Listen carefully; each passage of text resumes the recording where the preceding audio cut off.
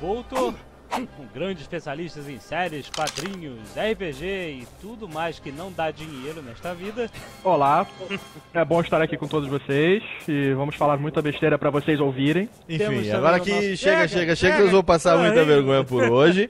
Então, Nerd Connection começou em 2006, Jovem Nerd. Sim. 2006, o primeiro programa teve 13 minutos. Foi um papo sobre Super-Homem, né? E foi, como você mesmo falou nesse início, uma primeira tentativa de fazer conteúdo em áudio. Como foi esses 4 anos do Jovem Nerd como blog e por que você resolveu fazer alguma coisa em áudio? Cara, assim, tudo que apareceu no Jovem Nerd, atração, novidade, mídias novas, tudo vem desse interesse em explorar a mídia nova. O próprio Jovem Nerd nasceu do interesse em explorar, entendeu? Antes do Jovem Nerd, antes da internet, na época das BBS. Nossa. Olha aí, quem tem mais de 30 anos lembra de BBS. Certeza. Opa, claro. Eu e uns amigos de escola, a gente tinha um grupo que chamava... Sabe aqueles... Tinha uns arquivos de música chamado mod. Era .mod, a extensão do arquivo. E aí você descobriu que era um arquivo que era tipo uma MIDI mais avançada, que você podia fazer com waves, samples de som. Você tinha uma timeline, você saía colocando samples de som, e você podia fazer uma batida, uma música, uma loucura. E aí eu comecei a fazer músicas doidas, músicas eletrônicas meio nerds, com falas de filme, essas merdas.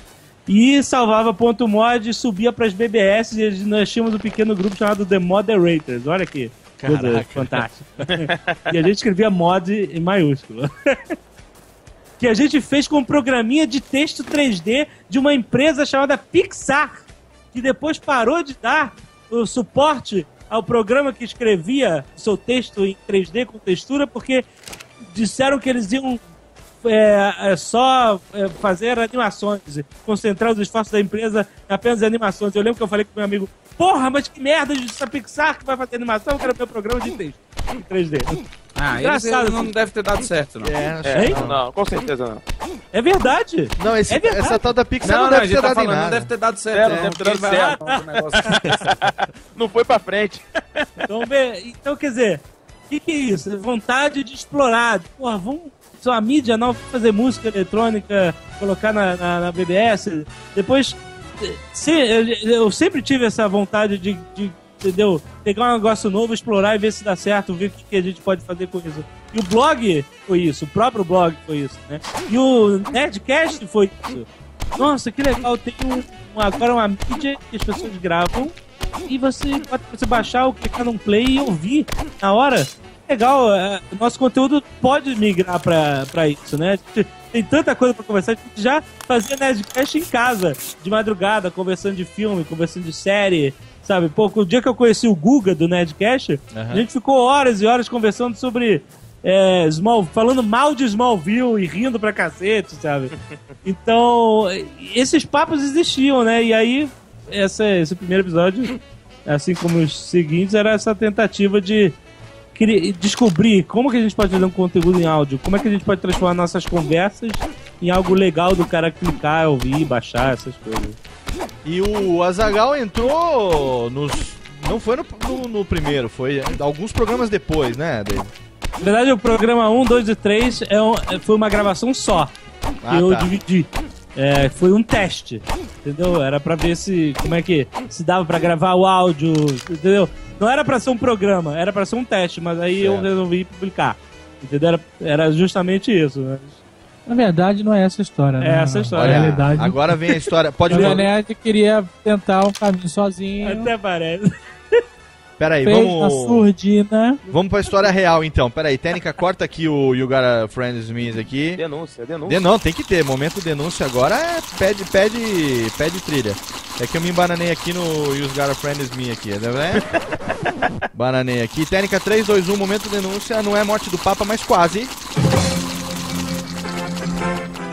Agora no Radiofobia ao vivo, urgente, Bagdá. As verdadeiras razão de Jovem Nerd começar os programas em áudio. O correspondente Azaghal nesse momento. Agora sim. Então, na verdade, o Jovem Nerd tentou traçar um caminho solitário. Olha aí. Ele falou, essa é a minha oportunidade. Vou me agarrar em Carlos Voltor, em Lady Lark e vou ser Azaghal. Olha Deu aí. no que deu. Mas nessa 3 época, programas maravilhosos. Azaghal já ajudava no blog e no Jovem Nerd? Porra, cara. Já era a empresa, já. E não ganhava nada. E mesmo assim o cara tentou me limar. Peraí, com 4 anos de blog sem conteúdo em áudio, vocês já eram empresa? No quarto ano, sim, porque o Jovem Nerd tinha parado de existir por um período, 7 meses. E voltou. A gente sofreu todas as dificuldades de todos os blogs. Até esse negócio de acabar o blog, a gente acabou. E aí, quando voltou, o IG veio com um pedido de parceria.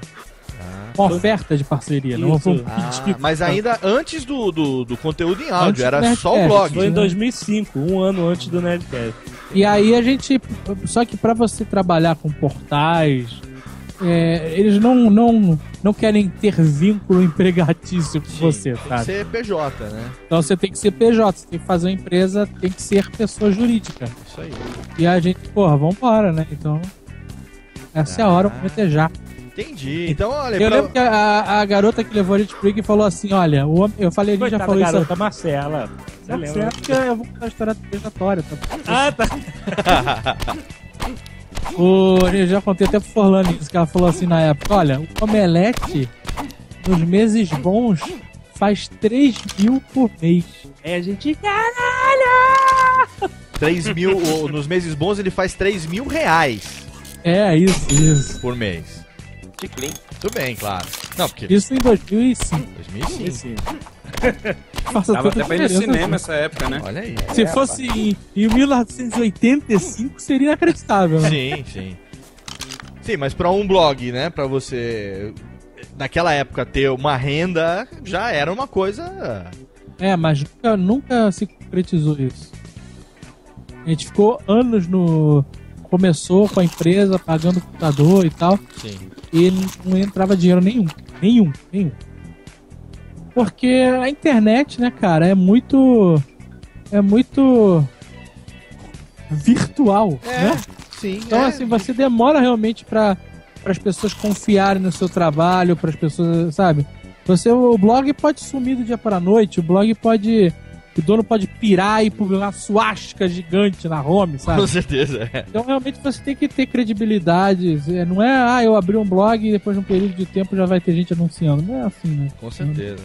E pra muita gente que conhece vocês hoje, com esse tempo de Nerdcast, né? 6 anos de Nerdcast, e não há como negar esse sucesso que vocês fazem hoje, como referência pra maioria, haja visto a quantidade de podcasts que tem nerd no nome, independente disso, e que seguem aquele formato que vocês criaram, muita gente acha que graças ao Nerdcast que vocês começaram, pessoas que não conheceram isso antes e não sabem que nesses 10 anos muita coisa aconteceu antes mesmo do conteúdo em áudio, né?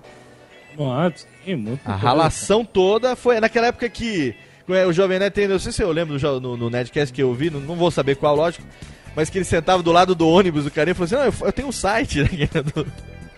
Daquela história do Eu tenho 3 computadores. Eu trabalhava na TVE. Eu tenho um site, esse aqui é meu cartão, eu faço site, não sei o quê.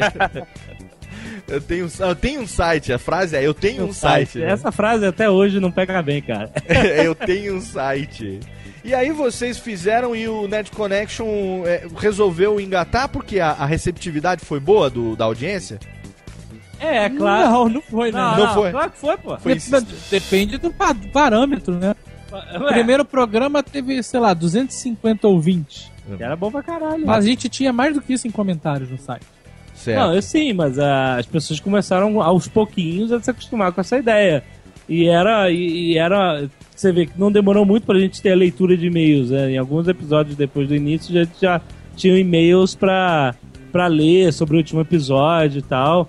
Então, assim, a galera que acompanhava o site, conhecia o Jovem Nerd, muita gente já conhecia há anos, né? Então era legal que o site que o cara conhece há anos tava inventando um novo formato de comunicação, de postagem, entendeu? Era legal que a gente começou a falar de assuntos nerds, dos mais variados, que eram de nosso interesse e tal.